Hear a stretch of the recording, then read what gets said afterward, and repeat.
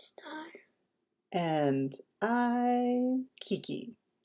And this is the Star and Kiki Show. I guess maybe bedtime edition? What do you want to talk about, Star? Goths. Goths. All right, so what are goths? Yeah. Okay. And what is it about goths that you want to talk about? I'm one. You're a goth? Oh, it says hi. I never would have expected that. You know, when I was a kid, goths had, they wore all black clothing and they wore black eyeliner and they would spike their hair up and piercings weren't really that pressed all the time and they liked to listen to Bela Lugosi is Dead. So what do goths do now? They're the same thing as you did back then. Really? You don't dress all in black? That's because I have no black clothes, because Mimi keeps on buying me all these clothes. Okay. So if you had an all black wardrobe, you would spike my hair up, that's for sure. Okay. So what is it about goths that you identify with? What does that mean? So, like, what is it? Why do you self-identify as a goth? Why am I a goth? Yeah. Because I like darkness and DEATH. Oh, that spells death. So you like darkness and death, huh? So I guess a lot of people would wonder, why does an 8-year-old like darkness and death? Really interesting to me. Oh, so intellectually it's interesting. What is it that's that interesting about it? I don't know. You think it's a phase, but I think it's just me growing up. Yeah, and I don't know that I didn't say that it's a phase because I remember being really fascinated with life and death and all of those big things. I think a lot of times people think that kids, all they think about are toys and puppies and I really want a puppy though. she does really want a puppy.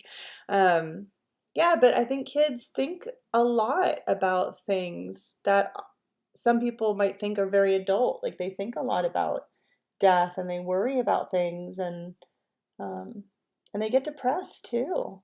I get depressed a lot. Yeah. And I give my friends something and then they just give it away and I'm like, nobody appreciates anything I do. That's really hard when you are putting yourself out there for people and you're being sweet and kind. You need a hug? Mm-mm. No? Okay. When you're putting yourself out there and people don't appreciate it or they give it away or you feel like I don't know. In situations like that where I've put myself out there and then people have made fun of me or took what I gave and didn't treat it well, or that always made me feel really bad. You had a rough day with that today? See, I gave my friend something because he asked for a fuzzy pencil, like with pipe cleaners wrapped around a pencil. So I gave him one with a pink pipe cleaner because I didn't really have that much time because I had to go to bed. So the next day I brought it to him. So today, and that was like a month ago. Yeah. Or two. And so today, Gracie asks if she could use his pipe cleaner that I gave him. He said yeah. And so he trades Shay for a green one. And then she gives it back and he's like, I don't want to trade back. So you made something for somebody because they asked for it, and then they didn't even keep it. They gave it to somebody, and then she gave it to somebody else, and then the other person wanted to give it back, but he wouldn't let her. And so this thing that you spent time making and put energy into. So did you learn anything from that? Never give my friends nice things. Never give your friends nice things. And is that a goth attitude or is that just a star? Truth. That's just truth. Yeah. So whether or not I you're. guess I have a little bit of depression. Yeah. You know, it's. Oh, yeah, a few days, like a week ago, 2 weeks ago. Mm-hmm. No, actually this week. But our music teacher was subbing for our math teacher. Mm-hmm. And I went under the chair, and he's like, come out of the... I went under my desk, and he's like, come out of the desk. And I'm like, this is how I deal with my depression. Because I didn't want anyone to see me. I just wanted to hide behind everything. When you're feeling depressed, is there anything that can make you feel happier? No. Do you just have to wait for it to pass? I wanted to get all my anger out, but there's no way how. Does writing it out help, or talking it out with mommy? Does talking about it now help?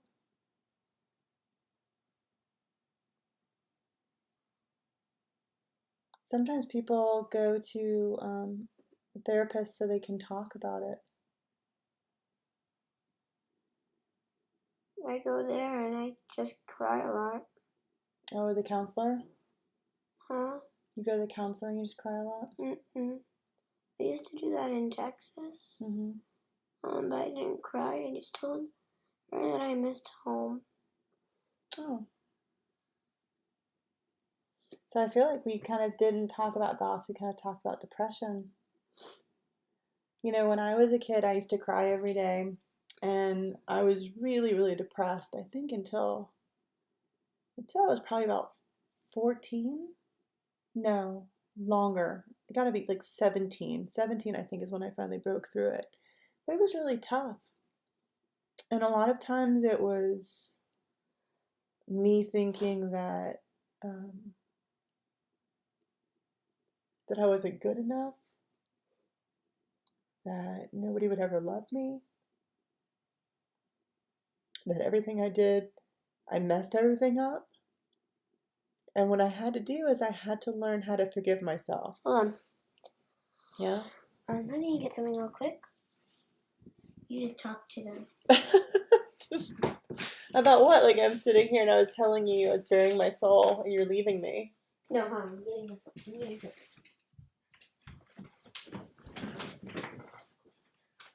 Oh.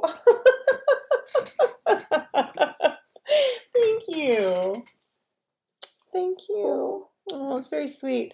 Yeah, you got me in tissue because I was tearing up. Well, I'll just hang on to it because, you know, if you were tearing up too, I'll. But yeah, I think what I had to do is I had to take some time off and I had to learn how to be okay with just me.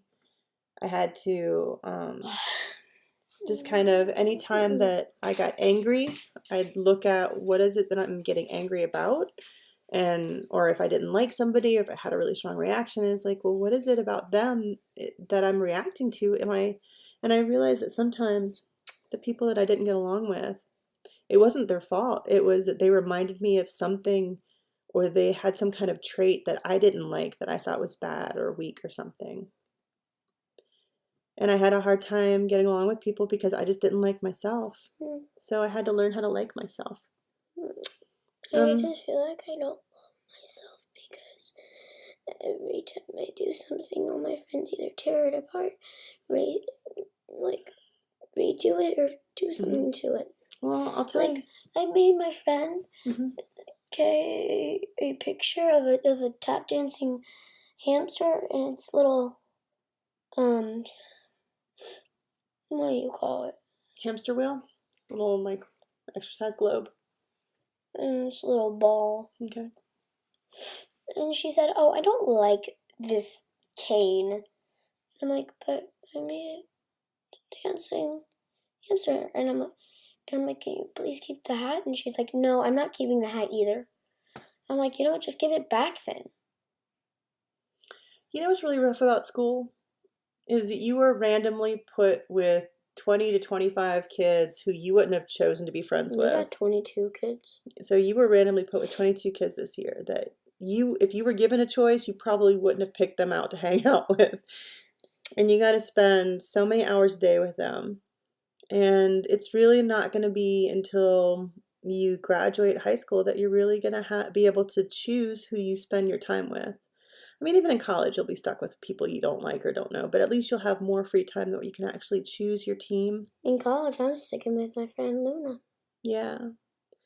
And then after college, then, you know, aside from the people that you have to work with, you have all the time in the world to find the people that you love, who support you, who form your tribe. And yeah. And so, you know,